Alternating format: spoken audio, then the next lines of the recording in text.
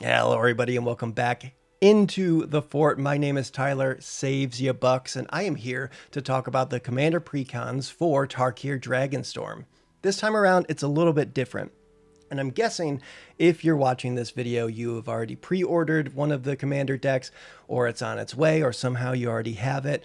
But what the little differences they're doing this time comes from when they did the panel at MagicCon. This is basically what they said. I'll put it up on screen over there. The fact that it's about clans and dragons, so they wanted to give players the opportunity to run either the Spirit Dragon or the clan leader for each clan as the head of the commander deck. And that's very interesting because sometimes you'll have the backup commander for a precon and it'll be, I could build around this if it was in a different deck.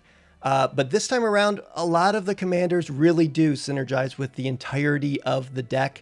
So I'm going to be going over each one. I'm going to start at the easiest one for me to answer, and I'm going to be answering the question, which one of these should you run as the commander for this precon? Of course, this is all suggestive and not suggestive in that kind of way, but suggesting what you should do. But you can run whatever you want when you build one of these decks or when you get one of these decks. But also, if you want to throw a different commander in, you can do whatever you want. I'm just saying that I looked over a bunch of the deck lists and I have made a assumption as to what will be the most powerful. You can disagree and tell me in the comments when you hear my reasoning. So starting things off with Abzan Armor, it looks like a defender deck, if you ask me, kind of back to the Siege Tower days. But when it comes to who I'm going to suggest as the commander for this one, it is Felithar. I'm putting both up right now, and then there's Baator, is the Spirit Dragon. Felithar is kind of the entire package all rolled into one. You get to attack with your defenders. You get to assign damage equal to its butts. And then you also get to draw cards off of that last tap ability. Baator is super, super cool. Big flying lifelinker that then does a whole bunch of stuff whenever you gain and lose life and on your end step. That's very cool, but when I was looking over this deck list, it very much felt like a defender deck, and it would be hard to put a bunch of defenders in there and just hoping that you get a way to attack with them. So the fact that Felithar allows you to attack with those creatures makes it what I would suggest to put in the command zone. As far as Baator, I also don't know if there's a huge amount of life gain, life drain, or pain effects to synergize with it, but I do see when you run the deck, it will be very synergistic with Felithar and a lot of the other cards in the deck, so it's a great kind of game ender in a way because you're going to be building up bigger creatures and getting a lot of value with that recursion. So that is my first suggestion, is to run Felithar for Abzan Armor.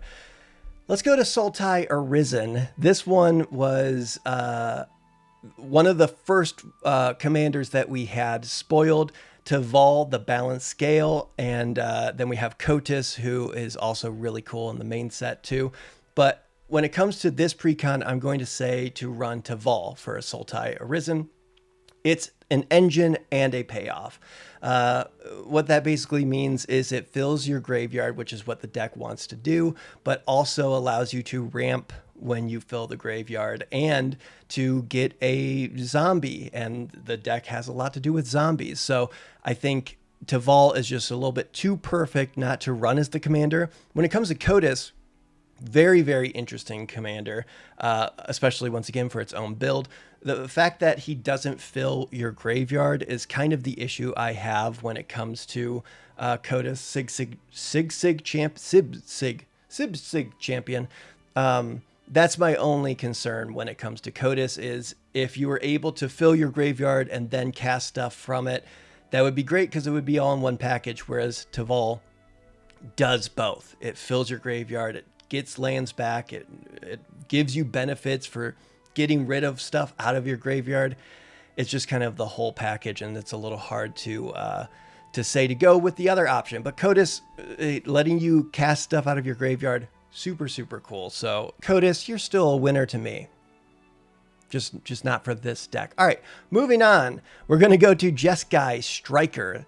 My pick for this is Shiko and Narset unified, and this feels almost like a cheat because of the fact that you have the Spirit Dragon and the clan leader together. It almost feels like you have to pick it. I couldn't choose between one or the other. They put them on the same card. But I'm saying that commander as opposed to Elsha, not Alesha, Elsha, threefold master. But let's just take a minute to look at Elsha, because this is super, super cool. I think you could make an entire deck that is cantrips and combat tricks and all those types of things and make it almost a Voltron deck, building up Elsha, majorly attacking, dealing a bunch of damage, making a bunch of monks that then when you cast all those combat tricks and everything, you're able to attack again. I think that would be really, really cool. But when it comes to out of the box for Jeskai Striker, Shiko and Narset unified, again, kind of like I was talking about with Taval, this gives you everything that you're looking for when it comes to this deck. It gives you the payoff, and it gives you, a main direction to do the whole flurry thing. So you just cast 2 spells, you're going to get a benefit. You don't have to do anything else, and the whole deck is kind of built around getting you to cast 2 spells. And it's just so powerful. It's such a 4/4 flying vigilance for 4. I mean, if we're talking limited, it's already great. You won't be seeing this in your draft packs. But what I will say is this deck will chug along much better if you have Shiko and Narset in the command zone. Elsha, I want to see people's deck lists for this one, because I really do think doing the Voltron idea, attacking straight forward and dealing a bunch of damage, then making all those monks, it will kind of snowball pretty quickly, and I am here for it. Good to see Elsha back and striking a pose like normal. Mardu Surge is up next, and we have both Zurgo as well as Nariv as the possible commanders here. Now, in my opinion, this one's kind of a toss-up of who you want to put in the command zone. Do you want a big, crazy dragon, or do you want a smaller, mobilizing value piece in your command zone? I think both of them are very reasonable to helm the deck. And why I say that is because originally I was going to just say, of course, run Zurgo, because you're going to make these tokens, you're going to draw cards, you're going to drain life.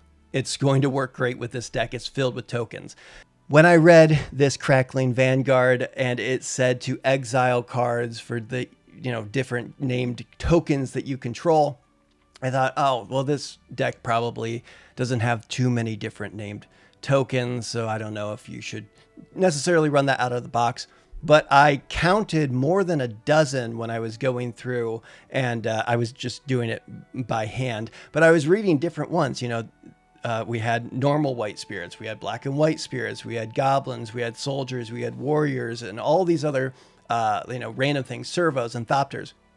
So you actually do have a good chance to exile a lot of cards when it comes to running the Spirit Dragon as the commander. Now, if you built a deck from scratch, I would definitely throw every single token that is made in the deck is a different token from another one. It's kind of interesting, kind of like that one D&D person, the Monster Manual guy who, you cast different creatures and you copy them. I would say this would be kind of similar to that. Every token you make should be a different name token, and you can exile so many cards and cast all of them. Not for free. You get what I'm saying. So from the ground up, this is going to be a great commander for you, but also in the helm of this Precon, it's going to do great too. Zurgo is just going to be great, kind of bar none. When it comes to a token build, you could put Zurgo in front of any token deck in these colors, and it'll probably do very, very well. So again, it's just kind of salt to taste. Do you want a bigger beater in the command zone and have these big explosive turns? Or do you want to have Zurgo, who's going to keep drawing you cards over and over and bringing the table down when things die?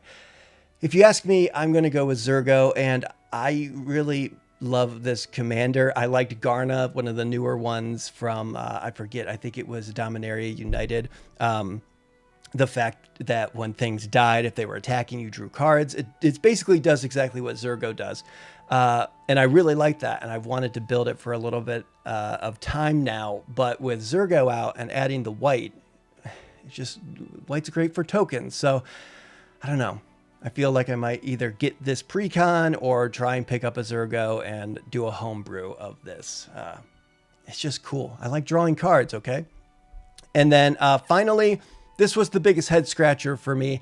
I even reached out to other, people in the community, my own play group, and I asked them about the Temur Roar deck, helmed by Jeskai and Ureni. Basically, all I was asking is, what would you run if you had the choice to run one of these two? This is a dragons deck. It's filled with dragons, huge, massive creatures in the air. And I feel like if somebody bought this Precon, that's what they would want to do. So running Jeskai in the command zone is a little bit harder to sell when it's like, well, no, I want a dragon in the command zone. I want to bring other dragons in. But when I was looking through the deck, there's not too much explosive mana. Like there is, some ramp and everything, but there's not like huge, like a mana geyser or something like that that can help cast a lot of these dragons, as well as your commander if you're running Ureni as the commander. So there's not too much of that. And I was pushed towards Jeskai being the commander. And that's probably what I would do, but that's just how I lean in general. I like a value engine in the command zone to allow me and the rest of the deck to do what I want it to do. The fact that, you're going to be drawing a card off of Jeskai and dealing some damage in the late game, that's very strong and it's very tempting to play with.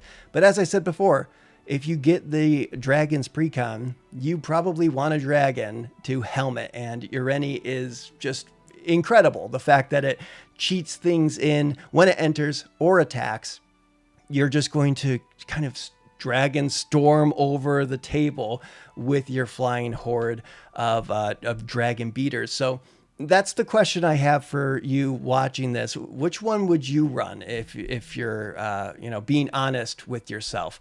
It's very cool to run the dragon, but it's also very valuable to have some draw power in the command zone. And also, don't just get it and then put Miram, Sentinel Worm in the command zone. I know it's very, very, very tempting, but you're going to do it anyway. I know. Okay, so that is it for the episode. Let me know what you think. Who are you the most excited to helm? Whichever Precon you got. Tell me in the comments, and also tell me if you agree with my choices and the reasoning for those choices. I understand that usually it's easy to look at these and just go, oh, whatever the face commander is. But they kind of changed the game on us a little bit there. So hopefully this was helpful for you. And if somebody is asking this same question, send them this video.